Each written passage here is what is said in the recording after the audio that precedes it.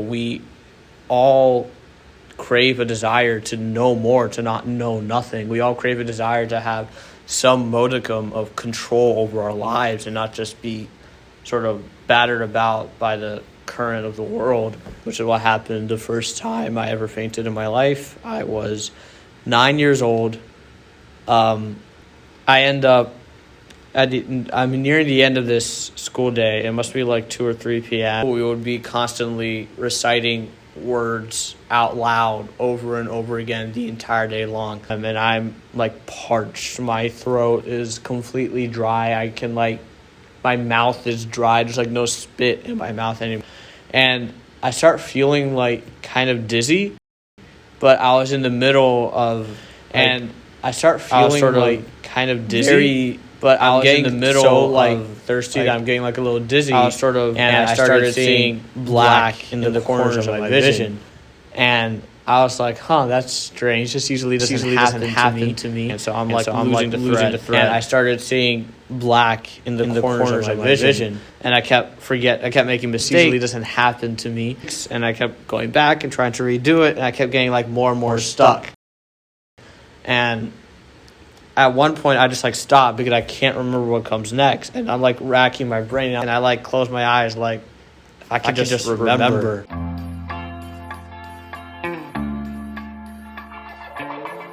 I think I nearly got it. And I'm I got it. And I open my eyes. I'm in an entirely new location. I remember my arms being spread eagled. And sort of being, a lot of people were holding me up throughout my body. And so there was an almost Christ-like imagery to it. And then I remembered someone sort of dripping water into my mouth, and that brought things into focus.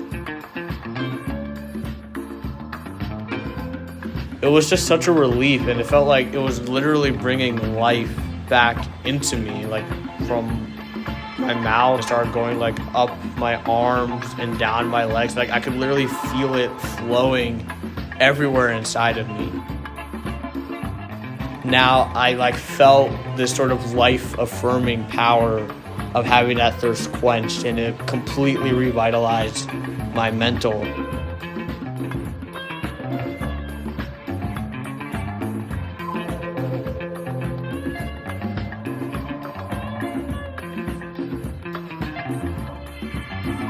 I think there's just a feeling of power that comes along with it by my perception. It's very empowering to have your thirst quenched.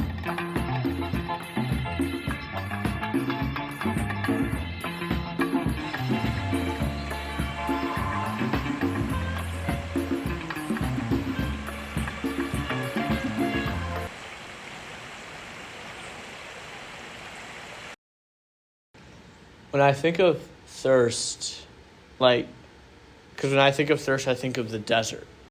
And sand dunes and this sort of longing, almost loneliness.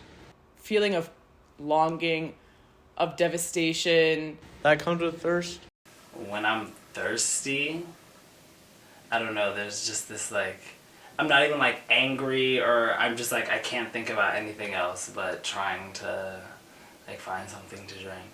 It doesn't go away. When you're thirsty, all you can think about is water. The primary thing is being deprived. When you're occupied, all you can think about is not being occupied. You can think about being liberated.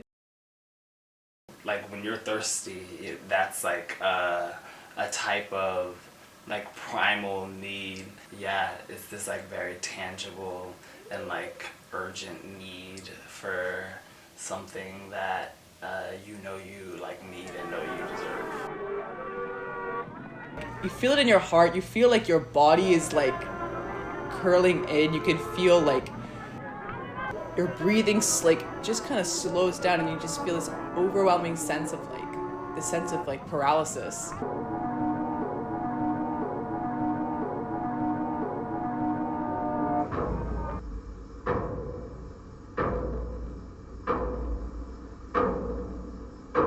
Paralysis.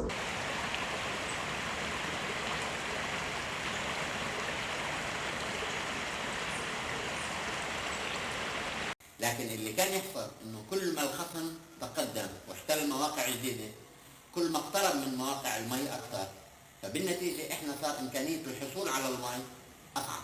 There's a fear of what if I can't find any water? كل ما الخصم تقدم واحتل مواقع جديدة. What if I'm trapped in a dehydration? إحنا صار إمكانية الحصول على الماء أصعب. الحصول على الماء أصعب. الحصول على الماء. الحصول على الماء. What if I faint again? It's something that's very commonly on my mind. Aching for something that is so important that you would rather, I mean, not even would rather, you die if you don't have it. الحصول على الماء. الحصول على الماء. الحصول على الماء.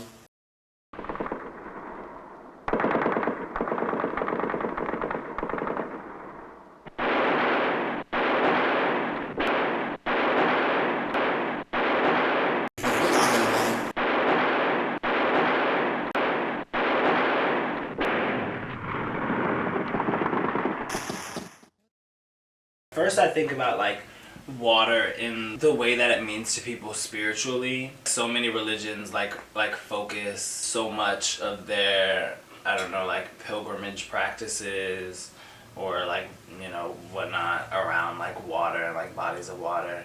Even, you know, like people in like that, like, I don't know, like trace their, you know, stories of lineage and like origin stories back to like bodies of water and like deities of water, and what that means like spiritually for people when that's deprived of them, or even, you know, like when people are like removed from that body of water and that source of water and like that type of thirst, you know, like thirsting for home, you know, for like displaced people, thirsting for like a spiritual home, not even in a sense of like a, oh, you know, like, but like a spiritual home. Yeah, I think about that a lot, especially for like indigenous people and also for like black people.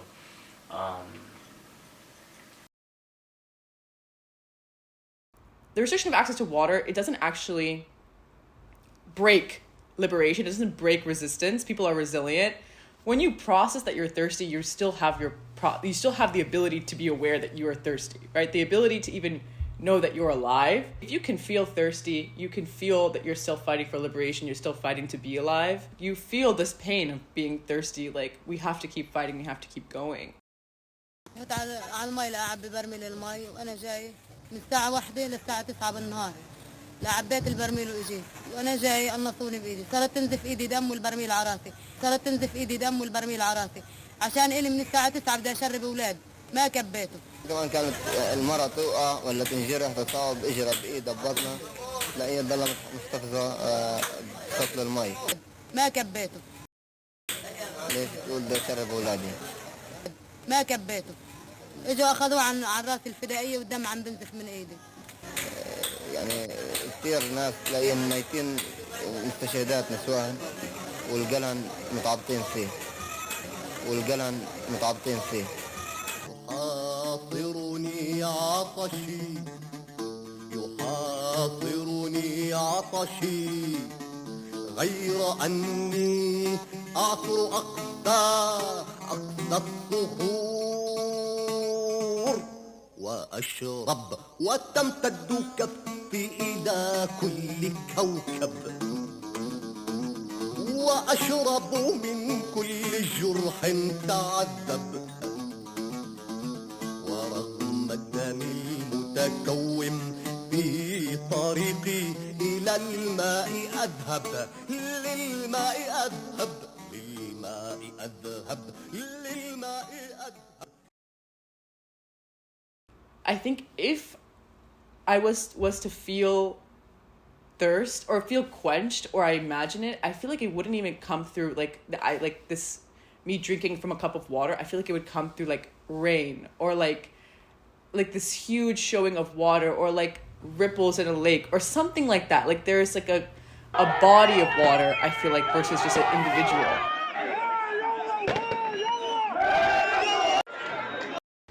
I feel like there's a lot of associations with water and freedom. You know, rivers being free flowing, like that's a literal term for them. The ocean representing escape from land, being free. I think of like the imagery of, you know, like those walls literally like being bursted down by this bulldozer, and like, you know, the resistance like flooding through actually. They're sort of taking this dry, cracked, famined land, a land that's been deprived, a land that's suffering from thirst, and is flowing through it with freedom. I don't know, in my head I'm like thinking about like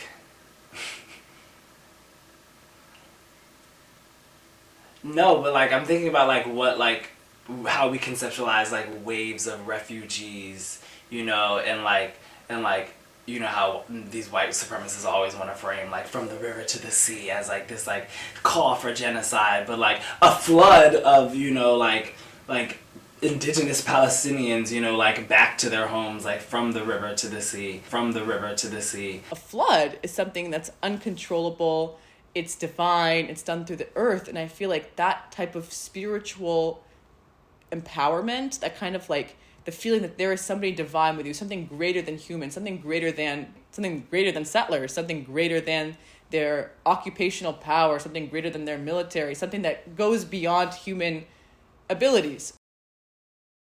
No matter what can be done to somebody on an earthly plane, you cannot fight the divine. People are fighting with everything they have, with their hands, with literally nothing.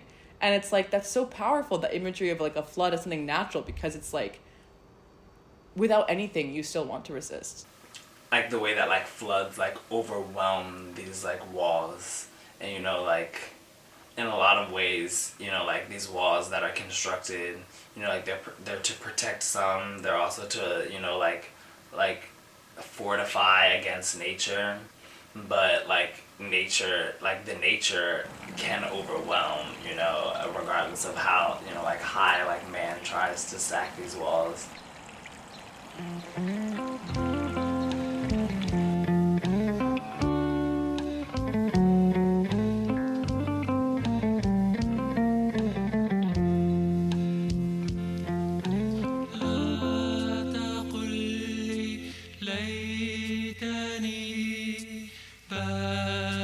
خبز في الجزائر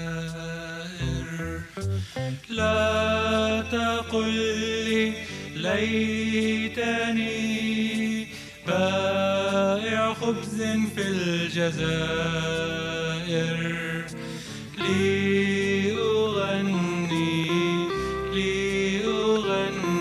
لأغنيها مع ثائر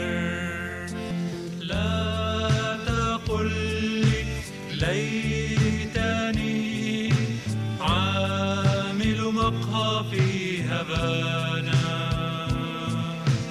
لأغني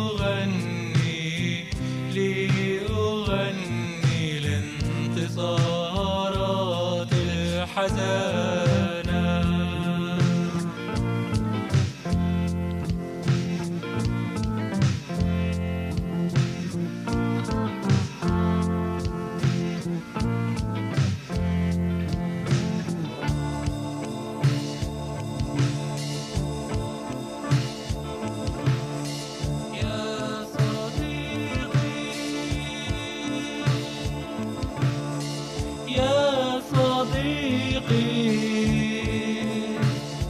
لن يصب النيل في الفلكة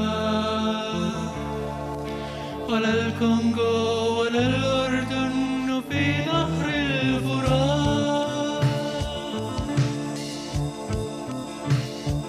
كل نهر له نبع له مجرى وحياة.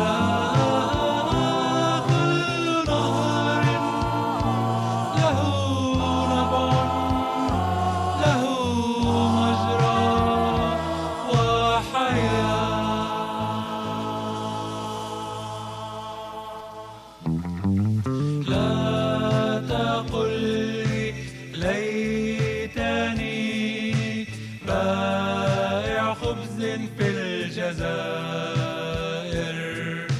لأغنيها